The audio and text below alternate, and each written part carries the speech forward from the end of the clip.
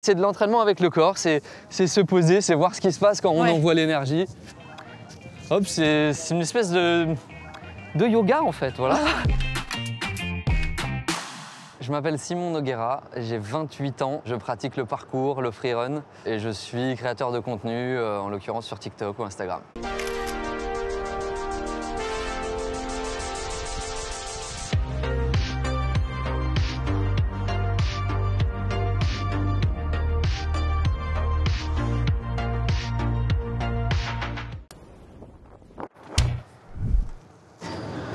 Ok.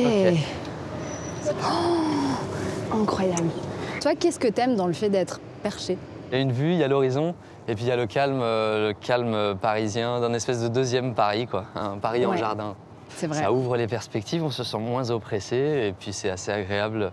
Toi, t'as commencé à quel âge le freerun? J'ai découvert ça sur Internet quand j'avais 13 ans à peu près. J'ai grandi avec l'influence aussi bien Alain Robert qui grimpe des immeubles que Iléa Makassi, que Banlieue 13, le film avec David Bell. Donc tout plein d'influences qui m'ont amené à penser que le corps servait à autre chose que rester devant un bureau d'ordinateur, quoi. Mon père était fan d'escalade, donc il m'a très vite donné la passion pour ça, quoi. En m'emmenant avec lui dans ses délires de grimpe, falaises, rochers et tout. Ce qu'on fait là, c'est légal, illégal, entre les deux, c'est quoi? Alors évidemment, c'est illégal dans l'idée, faut pas y aller, c'est pas conseillé, mais en même temps, c'est écrit nulle part qu'on n'a pas le droit, voilà, je le prends comme ça, moi. Ouais. C'est une pratique, j'y vais avec un espèce de sens, j'y vais sans peinture pour écrire sur les murs, sans objet inquiétant, et du coup, quand j'ai des interactions avec la police, parce que ça arrive, ça se passe toujours très bien, parce qu'ils connaissent la pratique et qu'ils reconnaissent la démarche. T'es monté sur Notre-Dame, est-ce que c'est le truc le plus fou que tu aies fait? Un beau matin, je me suis dit, bon, bah, j'en ai fait un peu le tour, j'avais du mal à trouver des toits sur lesquels j'étais pas déjà passé.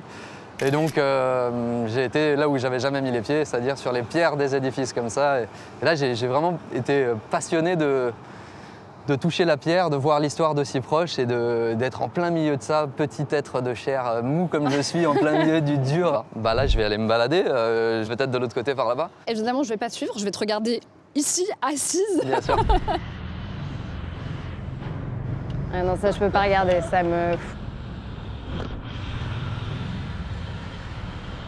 Dans un contexte comme celui-là, je suis obligé de porter toute mon attention et ma concentration sur chaque geste, chaque pas en fait, chose qu'on fait pas au sol. On se rappelle pas qu'il faut bien monter le genou pour pas se prendre quelque chose.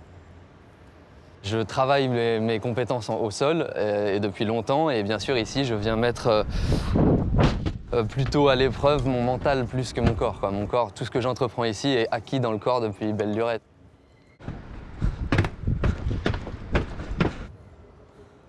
Toi, quand t'as commencé, t'avais le vertige. Ça me semble improbable parce que ça veut dire que moi aussi un jour je peux faire ça. Il faut côtoyer l'objet de sa peur pour s'en débarrasser ou du moins pour la percevoir différemment.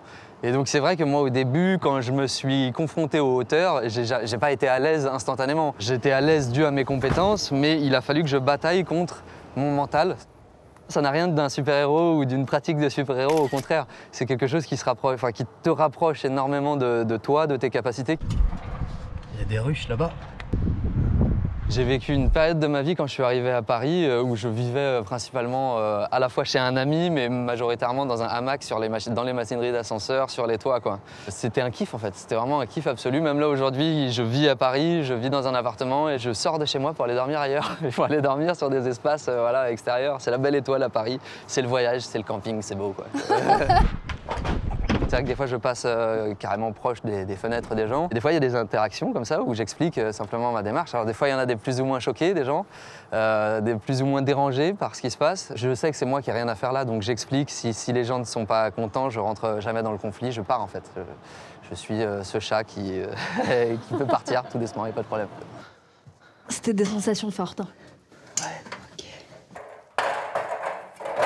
Ok. Allô, hein? C'est Gazouille.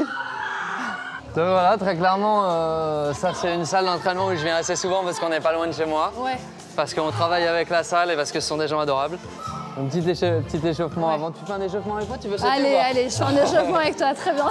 Ah, mais moi ça me parle, si tu veux. Je t'apprends 2-3 petits déplacements au-dessus d'une barrière, des petits trucs, ça te parle. Hein? Franchement, on peut essayer. On va faire un petit atelier sympa.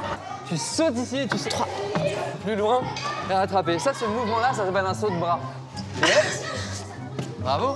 Comment tu franchirais cette barre-là? Ah, Hop, et de passer comme ça. Tout plus acrobatique où l'idée c'est juste de passer. Hop, ça c'est un saut de chat. Et droit, pardon, ici.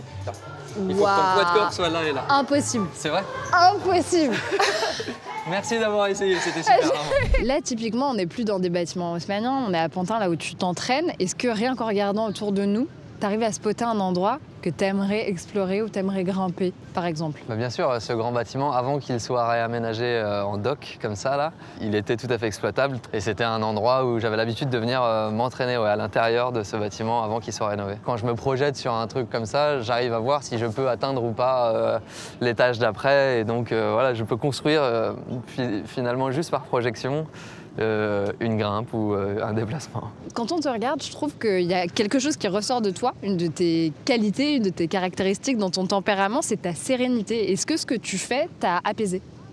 Oui, carrément. Ouais. J'ai compris que dans la vie ou dans mes craintes de tous les jours, j'avais pas forcément besoin d'autant de peur ou de pression ou de stress. Mais c'est aussi la philosophie de ma pratique. Tout le monde peut s'approprier son corps, partir sur un muret, un petit rebord. D'abord, on enlève toutes les affaires susceptibles de tomber. Très bien. C'est se poser, c'est voir ce qui se passe quand on envoie l'énergie. Hop, c'est une espèce de yoga en fait, voilà. Les petits runs que je partage comme ça sur TikTok ou Instagram, c'est que des vidéos qui sont travaillées. Ah, j'en ai un aussi. C'est-à-dire que la vidéo que vous voyez, en fait, il y en a 20 autres comme ça. Et avant que j'ai commencé à filmer ces 20, je suis passé sur le parcours, j'ai compté les pas, c'est-à-dire que c'est une chorégraphie en fait.